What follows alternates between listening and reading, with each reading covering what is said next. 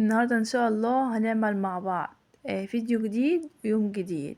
اكلات جديدة، اكلات اقتصادية، منيو الاسبوع. 7 اكلات، هما 8 كمان في الفيديو ده مش 7.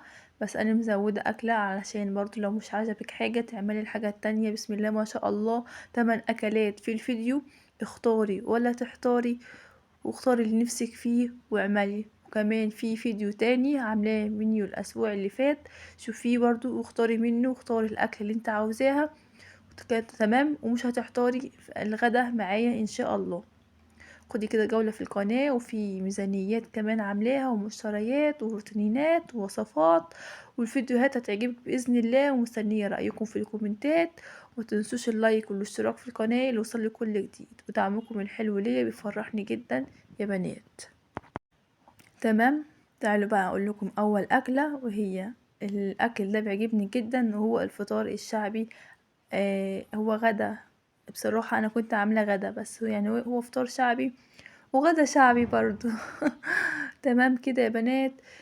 كنا صاحيين متاخرين. عاوز اقول لكم انا ما بعملش اصلا فطار اللي هو يوم الجمعه بس، لما يكون جوزي موجود. انما الايام الاسبوع عادي ما بعملش فطار. بنصحى لو كنا المدرسة بعمل سندوتشات المدرسة.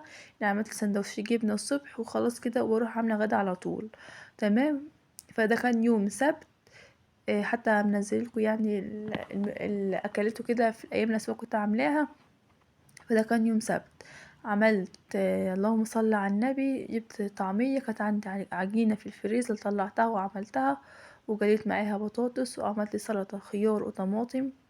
انت بقى لو عندك بقى مخلل، عندك بتنجاني بتعمليه. اللهم صل على النبي. ممكن تحطي معاه علبة تونة كده وبألف هنا. دي كانت الأكلة الأولى. الأكلة التانية تعالوا شوفوا معايا، بسم الله ما شاء الله. عملت رز، وعملت كمان صينية بطاطس بالفراخ. تمام. اختاري بقى، اختاري الأكل اللي نفسك فيه، ومش تحتاري معايا. هتشوفي الفيديوهات زي منيو الأسبوع، وهتختاري الأكل اللي بتحبيه هتعملها لأولادك وبألف ألف هنا. فهبدأ ان انا اغرف الرز كده في الطبق زي ما انتوا شايفين. طبعا كنت بسخن على النار صينية البطاطس. عبات لما احط الرز كده بقى الجو برضو كده، فالواحد لازم يسخن الحاجة عبات لما تحطها على الصينية وتبدأوا تقعدوا بألف هنا يكون الأكل برد شوية يعني. تمام. دي صينية الفراخ، كنت عاملة نص فرخة معاها رقبة ورجل فرختين يعني. كنا جايبين فرختين فخدت منهم الرقبة والرجل وعملتهم مع نص فرخة وبألف هنا. ايه رأيكم؟ مستنية رأيكم في الكومنتات. تمام. بسم الله ما شاء الله يا بنات، كانت جميلة جدا جدا. هي شكلها اصلا يفتح النفس. كمان الكاميرا ظلموها. تمام. بسم الله ما شاء الله.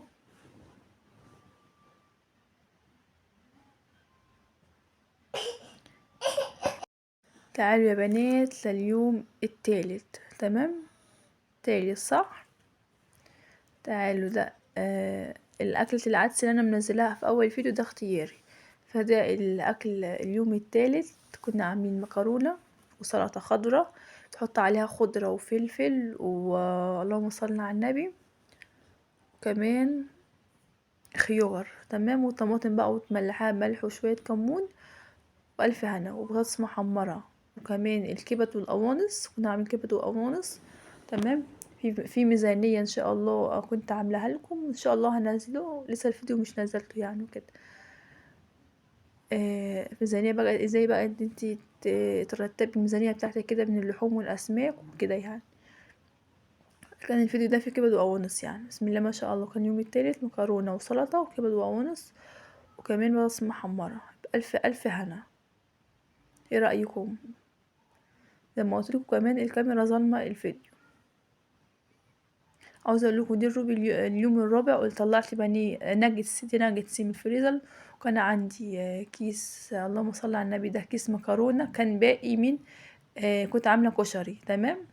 فقلت كده احط الكيس دي في اللازانجا. وكمان الفاصوليا دي كمان كانت عندي في الفريزر، طلعتها وسخنتها. عاوزه اقول لكم للاسف كنت مستعجله، عاوزه المكرونه تفك بسرعه، فحطيتها في ميه. فالكيس كان مخروق، فالمية دخلت في المكرونة فمش عجبني. فقلت هعمل شوية رز كده على السريع. فعملت شوية رز بشعرية زي ما انتوا شايفين. وعملت معاها سلطة والمخلل وبطاطس مع الناجتس. تمام. والفاصوليا. عاوزة اقول لكم لو تعملي مثلا فاصوليا على يومين ولا كده او طبيخ، لما بتعملي الكيس ده يعني ايه، في اي وقت مزنوقة مش عارفة تعملي غدا من اولاد وكده، بطلع الكيس يفك مع شوية رز وبألف هنا. تمام. دي اليوم الرابع. بسم الله ما شاء الله. والناجتس او البانيه لما تتبليه وتعمليه كده في الفريزر وتطلعيه على الجل، بيريحك برضو وما بياخدش مجهود معاكي ولا اي حاجه. تمام. بحط كده سلطه، عفوا على السلطه احط عصره ليمونه كده وبألف هنا. مستنيه رايكم في الكومنتات وفي المنيو اللي انا بنزله، ايه رايكم؟ واكلاتي بتعجبكم ولا ايه؟ لو في حاجه يعني مش عاجباكم ولا كده، مش عاجباكم ولا كده، بتقولي لي في الكومنتات ونستفاد من بعض. تمام كده يا بنات. تعالوا بقى لليوم الرابع. صح كده رابع. كان عندي فاصوليا. عاوز اقول لكم طبق الفاصوليا ده اصلا مش خلص كمان، فاتبقى تاني يوم فحطيته في التلاجة. معذرة يا بنات الموبايل رن. تعالوا بقى نكمل. ده اليوم الخامس ولا الرابع؟ قولوا معايا. حاسه اني مش مصحصحه، مش عارفه ليه. المهم ده يا بنات، الغدا كان علبة تونة وكان فاضي زي ما قلت لكم. اللهم صل على النبي، طبق رز كده على فاصوليا، قلت ايه اسيبه للعيال الصغيره وكده. تمام. ودي علبة تونة صفيت منها الزيت اللي كان فيها وعملت معاها بطاطس وطماطم وخيار. عاوزه اقول لكم انا بعمل سلطه، بس المره دي مش عارفه كنت مستعجله عاوزه اعمل اكل كده على السريع، فقطعتها كده شرايح بقى. انا يعني لما باجي اعملها بقطع سلطه واروح حطها على التونه، بس عندي ابني مش بيحب السلطه على التونه، عشان كده ايه سايبه الطبق لوحده. تمام. وحطيت معاها جبنه بقى وعيش وكده، يعني ايه دي اللقطه انا اللي لحقت اصورها وكده.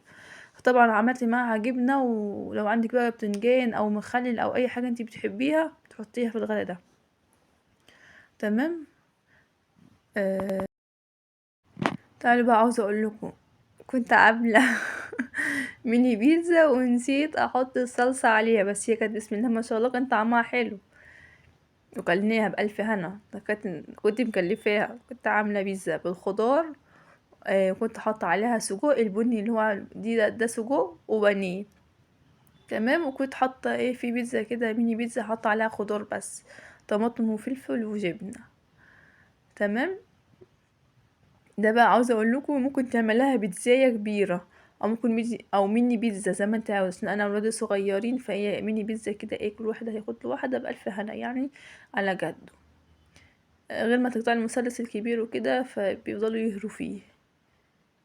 هو برضو ايه تخلي بالك برضو ايه الميني بيتزا دي كان الحشو بينزل منها مش عارفه ازاي. المهم يعني، فانا نسيت خالص والله يا بنات احط الصلصه، حتى نسيت اصلا احط كمان كاتشب. انا في السريع عندي ممكن احط كاتشب كده على طول. انس كان حابب يتكلم.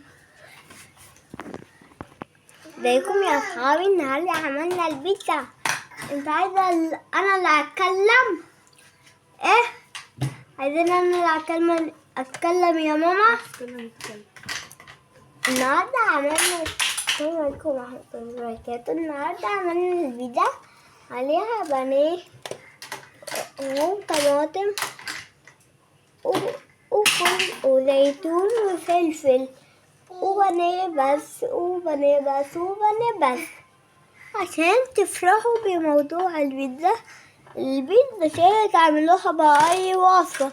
الوصفات اللي قدامكم دي بالعجينة، بعدين تحط عليها المكونات والمايونيز والكاتشب، وبعدين تحطها في الفرن وتسووها كتير قوي عشان تسخن وتبقى حامية كده، وتسووها تبرد عشان ولادكم ياكلوها.